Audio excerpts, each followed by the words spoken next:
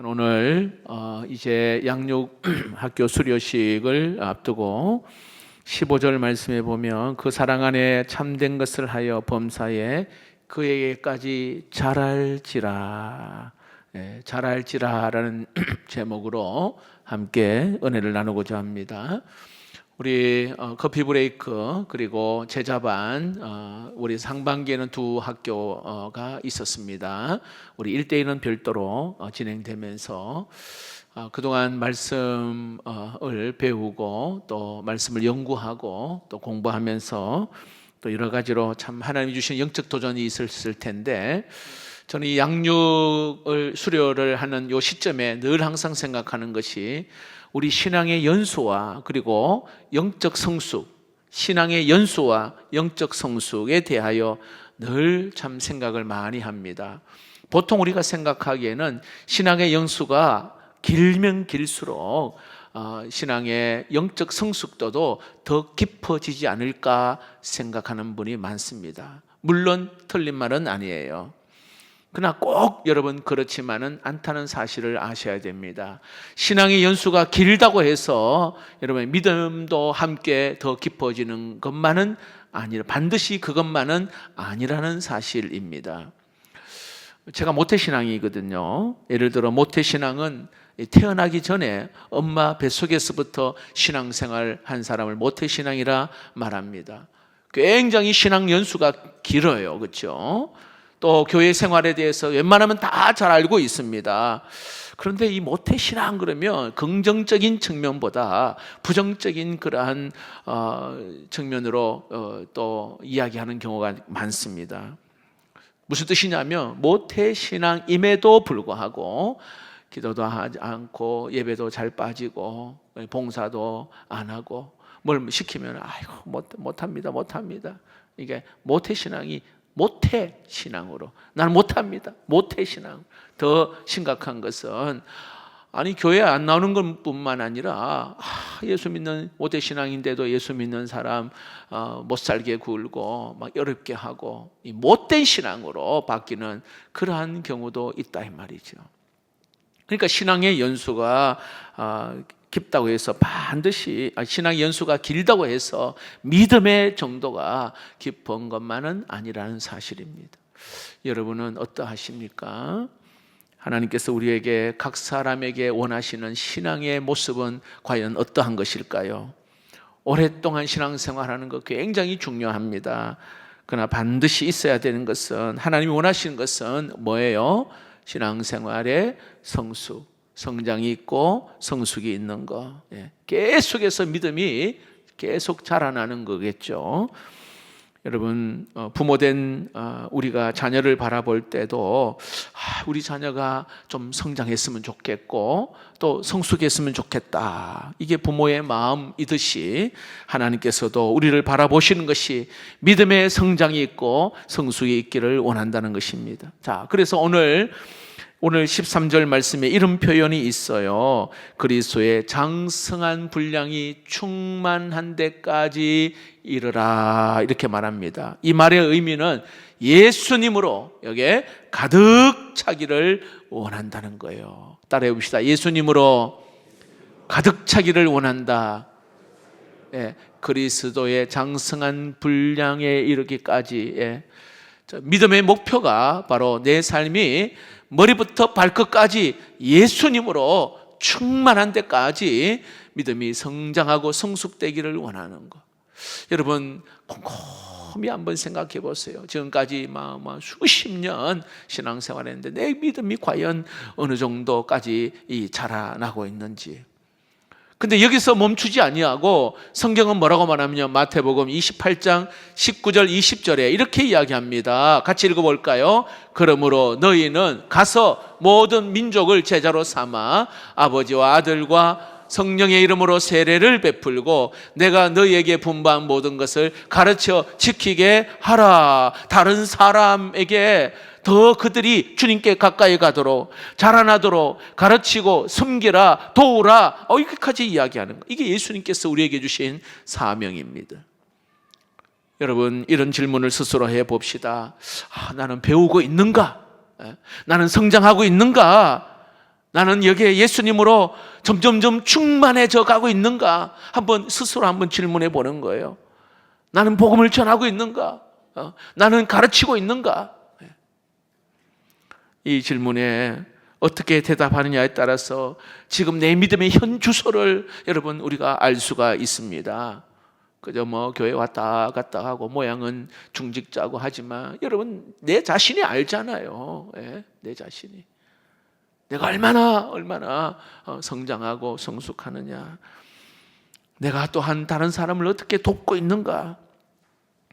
자, 그렇다면 하나님의 사람으로 이렇게 자라가기 위해서, 성장하기 위해서 꼭 필요한 것이 있다면 따라해 봅시다. 배워야 합니다. 반드시 배워야 돼. 반드시. 여러분, 신앙생활은 이 배움은 꼭 필요합니다. 11절을 한번 봅시다. 그가 어떤 사람은 사도로, 어떤 사람은 선지자로, 어떤 사람은 복음 전하는 자로, 또 어떤 사람은 목사와 교사로 삼으셨다. 여러분, 예수님께서요 교회 공동체 안에 지도자를 세웠다, 그렇게 이야기합니다. 어떤 사람은 사도, 어떤 사람 복음 전하는 자, 선지자, 교사, 목사로 세우셨다. 다시 말합니다. 교회 공동체 안에 여기에 배움이 일어났다, 이렇게 한 거예요. 배움이 일어나도록 하셨다, 이런 의미입니다. 그 배움을 통해서 어떤 일이 일어났습니까? 12절 보십시오.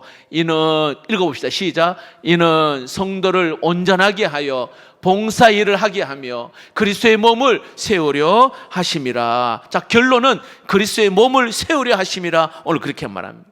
자, 가르침을 통해 배움을 통하여서 오늘 여기에 이러한 그리스도의 몸이 세워지는 이런 일들이 일어난다 말합니다. 여러분, 배움 없이는 결코 성장은 일어나지 않습니다. 재미있는 이야기를 하나 할까요? 어떤 학생이 팔이 부러져서 병원에 가 깁스를 했어요. 자, 시간이 지나서 뼈가 이렇게 딱 이제 붙어서 깁스를 풀게 됩니다. 자, 이 학생이 의사 선생님에게 이야기합니다. 선생님, 저 기타 잘 칠 수 있을까요? 아이, 그럼 이제 팔이 나았으니까 기타 잘 칠 수 있을 거야. 그런데 사실 이 학생은 기타를 한 번도 쳐본 적이 없어요.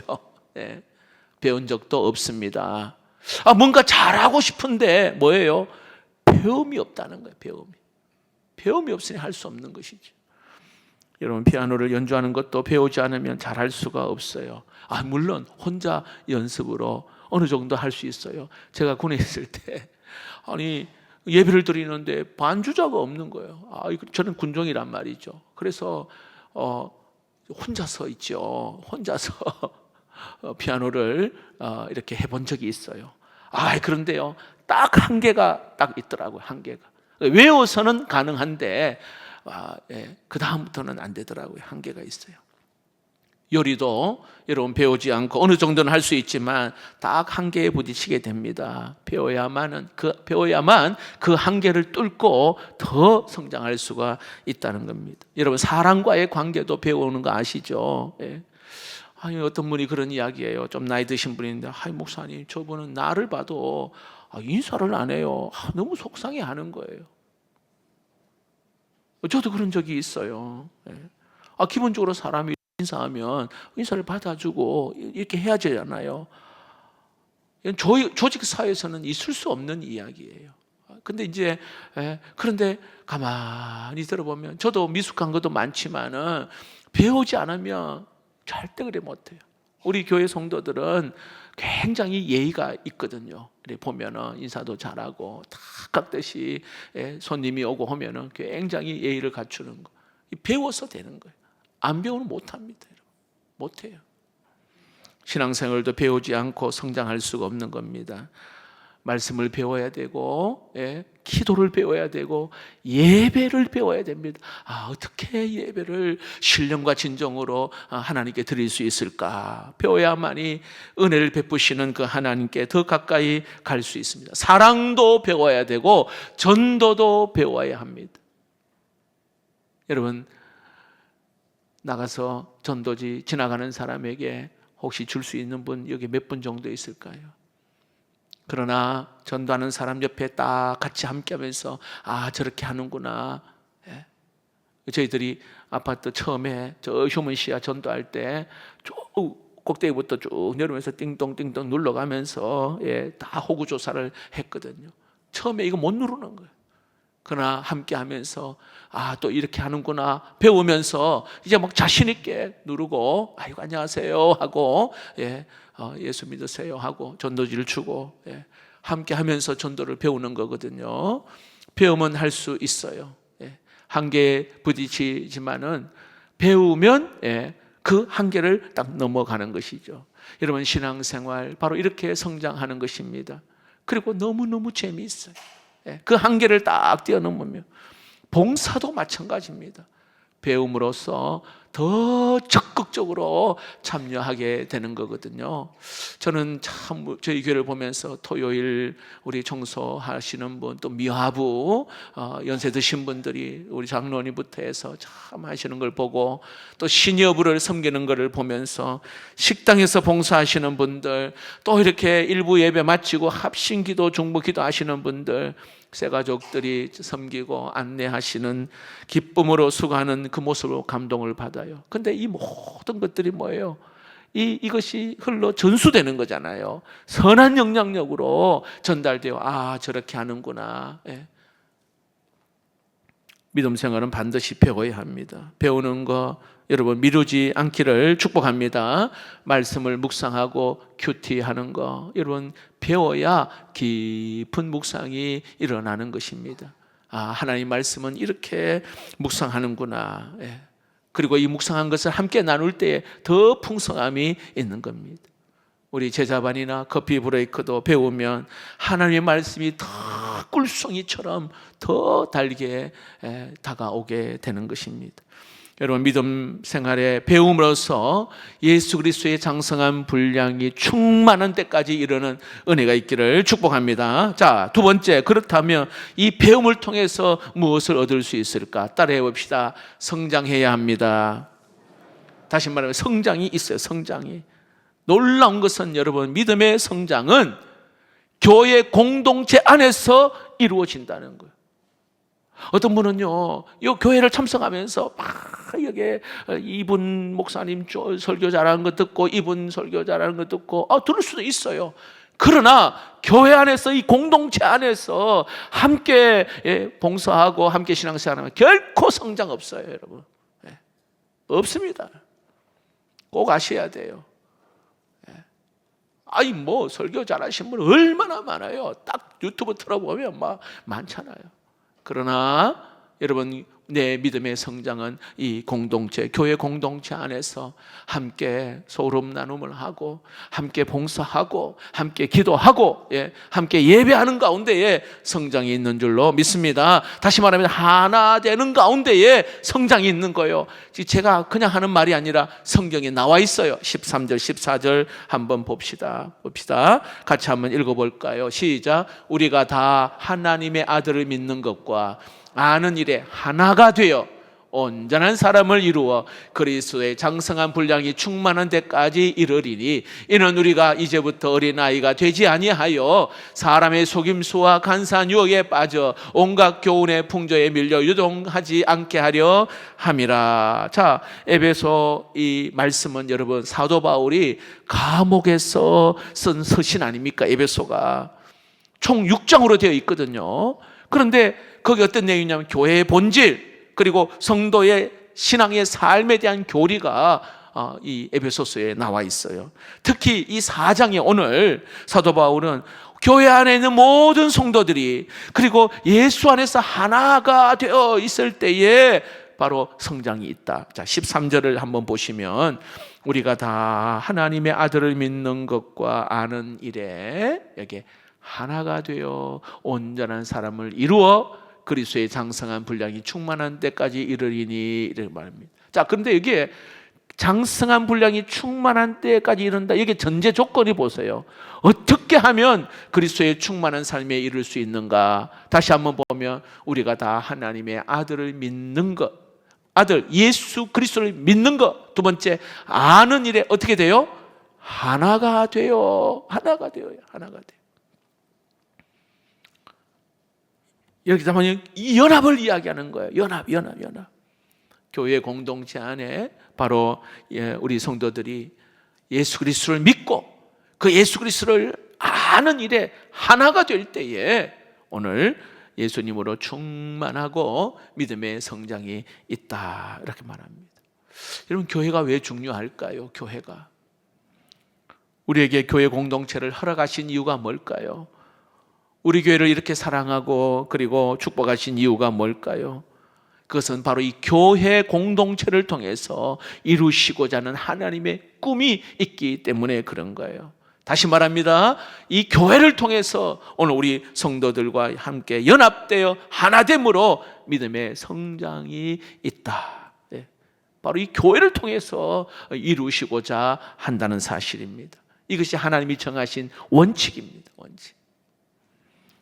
그런 말이 있잖아요. 빨리 가면 혼자 가지만 멀리 가면 어떻게 하라고요? 함께 가야 한다. 빨리 그냥 혼자는 빨리 갈 수 있어요. 그러나 결코 멀리 가지 못합니다. 우리 공동체가 함께라면 멀리도 갈 수가 있다는 것입니다. 교회 공동체를 통하여 바로 하나님께서 이루시고자 하는 것입니다.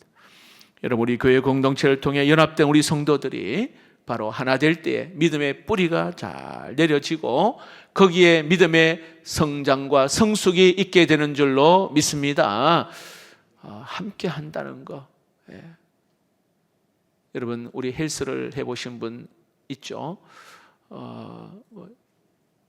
과거에는 좀 했는데 지금은 잘 하지를 못하는데, 다들 이렇게 체력 증진이나 또 근력을 위해서 헬스장에 가서 한번 보시면은 이 트레이너 코치가 처음에 이렇게 기구를 하나 이렇게 선택을 하고 할 때 기구 다루는 방법을 가르쳐 주고, 그렇잖아요. 또 이 기구를 자세도 방법도 가르쳐 줍니다. 그리고 나의 체중에 맞게 기구의 무게도 딱 이렇게 정해 놓고는요, 자, 이게 횟수를 정하잖아요. 자, 한번 10개 한번 해보시죠. 근데 여러분, 이 10개 하는 게 쉽지 않아요. 그런데 옆에서 5개 더 해보세요. 이렇게 하나 더 이렇게 한단 말이죠. 근데 굉장히 힘들어요. 그렇죠? 혼자 하면은 그냥 몇 번 하다가 그냥 그만두는 경우가 굉장히 많아요. 그런데 옆에서 한 번만 더, 한 번 더 해보세요. 그러면 10개 했던 것이 15개가 되는 거잖아요. 여러분, 신앙생활도 바로 그런 거예요. 혼자 하면요, 그냥 포기하고 싶은 일들이 많아요. 나 이것밖에 못하고 나 여기까지밖에 못한다. 근데 보세요, 옆에서 끌어주는 거예요. 같이 함께 하면 한 단계 더 나아가게 되는 겁니다. 그러다 보니까 믿음의 뿌리가 깊게 내려지게 된다는 사실입니다. 저는 우리 교회 모든 공동체가 사랑으로 충만하고 생명으로 충만한 공동체가 되기를 주의 이름으로 축복합니다. 우리 교회가 여기 보니까 예수 그리스도를 믿는 것, 그리고 예수 그리스도를 아는 것, 여기에 하나가 되어서 그리스도의 쭉 장성한 분량이 충만한 데까지 이르는 것, 예수로 가득 찬 그러한 성장하는 공동체가 되기를 축복합니다. 자, 마지막으로 한 걸음 더 나아가서 다른 사람을 섬겨야 한다는 것입니다. 따라해 봅시다. 다른 사람을 섬겨야 합니다. 자, 배웁니다. 나가 성장합니다. 근데 그것으로 끝나는 것이 아니라 반드시 다른 사람을 도우는 데까지 이르러야 한다는 것을 이야기합니다. 이게 하나님이 원하시는 믿음의 사람의 모습입니다. 15절, 16절을 보겠습니다. 같이 읽어봅시다. 시작. 오직 사랑 안에서 참된 것을 하여 범사에 그에게까지 자랄지라. 그는 머리니 곧 그리스도라. 그에게서 온몸이 각 마디를 통하여 도움을 받음으로 연결되고 결합되어 각 지체의 분량대로 역사하여 그 몸을 자라게 하며 사랑 안에서 스스로 세우느니라. 자, 오늘 여기 사도 바울은 교회를 무엇으로 표현했냐면 그리스도의 몸으로 표현했습니다. 교회를 뭐로 표현했다고요? 그리스도의 몸. 여러분, 교회의 머리는 누구시죠? 예수님이 교회의 머리입니다. 그리고 교회의 모든 성도들은 그 몸의 지체예요. 지체. 이 몸에 우리 지체, 발, 다리, 지체가 있잖아요. 근데 이 지체가 서로 연합되어서 이루는 것이 바로 교회인데, 오늘 그리스도의 몸이라 이렇게 표현합니다. 여러분, 우리 신체를 한번 보십시오. 여러 이 지체, 기관들이 있잖아요. 자, 보세요. 언제 행복한 줄 아세요? 몸의 각 지체가 자기 역할을 제대로 기능을 발휘할 때에 굉장히 행복해요. 다른 지체를 도울 때, 그때 그 몸이 행복하다 이 말이에요. 여러분, 눈이 자신의 역할을 감당하면서 다른 지체를 도울 때, 섬길 때 행복하잖아요. 손이 자신의 역할을 감당하면서 이 몸을 잘 섬길 때 행복하고, 발이 자기 역할을 잘 감당하고 다른 것들을 섬길 때 그 몸이 행복한 거예요. 그리스도의 몸을 이루고 있는 우리 성도들도 여러분, 어떻게 해야 우리 예수 그리스도를 영광 가운데에 영광스럽게 할 수 있을까? 기쁘시게 할 수 있을까? 하나님께서 내게 주신 은사, 내게 주신 어떤 능력, 재능, 이것을 여러분 서로 사랑으로 섬기고 다른 사람을 잘 세워가고 또 주를 위해서 헌신할 때에 여러분, 교회의 몸이 건강하고 아름답게 이루어지는 줄로 믿습니다. 그래서 사도 바울이 사랑 안에서 그것이 세워지는 것이라 그렇게 말합니다. 다시 말하면 우리가 결국 섬길 때, 도울 때에, 다른 사람을 세울 때 여러분, 남는 게 뭔지 아세요? 사랑입니다. 남는 것 딱 사랑. 섬기고 세우고 도울 때 남는 게 사랑이에요. 사랑. 내가 다른 사람을 섬기는 거, 다른 사람을 위해 기도하는 거, 그래서 하나님의 은혜를 받아 여러분 영육간에 치유되고 회복되어지는 그것을 경험하는 거, 이게 바로 사랑입니다. 성경 전체를 보면 결국 남는 게 사랑입니다. 우리 예수님께서도 말합니다. 하나님 사랑, 그리고 내 이웃 사랑. 믿음의 성도에 있어서 결론은 사랑. 내게 있는 사랑을 여러분, 지금 내게 사랑이 이래 있단 말이에요. 우리 단기성에 가면 그런 무언극도 과거에 좀 했는데, 자, 내게 이렇게 사랑이 있단 말이에요. 사랑. 무언극 말하지 않고 이렇게 내 사랑 이야기 하거든요. 자, 이걸 떼서 다른 사람에게 더 줍니다. 이 사랑은 내가 이런 사랑인데 딱 떼어주니까 내 사랑이 세상적인 계산 방법으로는 떼주면은 줄어들잖아. 그게 아니라 내 요 사랑을, 이렇게 사랑을 떼어주는데 좀 더 커져요. 또 내 사랑을 떼가는데 더 사랑이 커져요. 나눠줄 때, 떼주는데 그 사랑이 더 커지는 거, 더 풍성해지는 거. 여러분, 그런 경험이 있기를 축복합니다. 나눠주면 나눠줄수록 더 풍성한, 이게 하나님이 정하신 원칙입니다. 다른 사람을 위해서 기도하잖아요. 그거 아세요?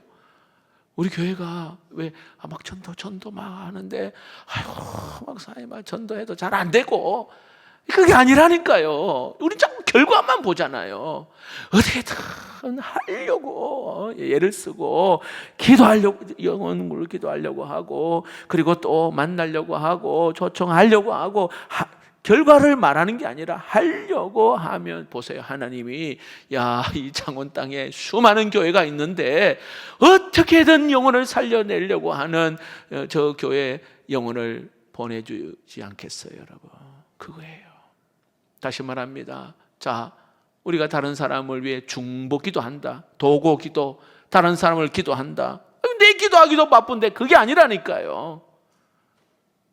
다른 사람을 위하여 축복하고 기도할 때에 여러분, 내 기도보다 다른 사람을 위해서 더 기도했는데 하나님 내 삶의 응답이 더 크고 놀라운 줄로 믿으시기를 바랍니다. 내가 다른 사람을 사랑하고 섬기는데 오히려 내게 유익이 되고 내가 힘을 얻고 더 사랑하고 섬기는데 내 영혼이 회복되어지고, 예? 내 마음이 막 기쁨이 있고 치유가 되고 그런 은혜가 있는 것입니다. 다시 말합니다. 나를 살리기 위해서 우리는 사랑하라 이런 거예요. 나를 살리기 위해서, 내가 살아나기 위해서. 말씀을 맺겠습니다. 하나님께서 우리에게 정말로 원하시는 것은 신앙생활 오래 한 것도 중요하지만 더 원하는 건 내 신앙이 계속 자라지라, 그에게까지 자랄지라, 성장하고 성숙하는 것. 저는 개인적으로 말씀을 전하는 또 기도하는 목사지만은 끊임없이 성장하기 위해서, 자라기 위해서 제 나름대로는 무던히 노력을 해요. 그럼에도 불구하고 얼마나 부족함이 많은지 몰라요. 하나님께서 오늘 우리에게, 오늘 성경은 말합니다. 따라해 봅시다. 배우라. 공동체 안에서 기회가 있을 때마다 적극적으로 참여하여, 오늘 여기에 배우라. 예배에 적극적으로 참여하여 예배를 배우고, 기도에 적극적으로 참여하고, 말씀 공부에 적극 참여하여 여기에 배우라. 그럴 때의 성장이 있는 겁니다. 더 나아가서 다른 사람을 도울 수 있는 단계까지 이르게 됩니다. 그래서 어린아이의 신앙에서 머물지 말고 여기에 어른의 신앙으로 성장하는 것입니다. 따라해 봅시다. 배우겠습니다. 성장하겠습니다. 다른 사람을 도우겠습니다.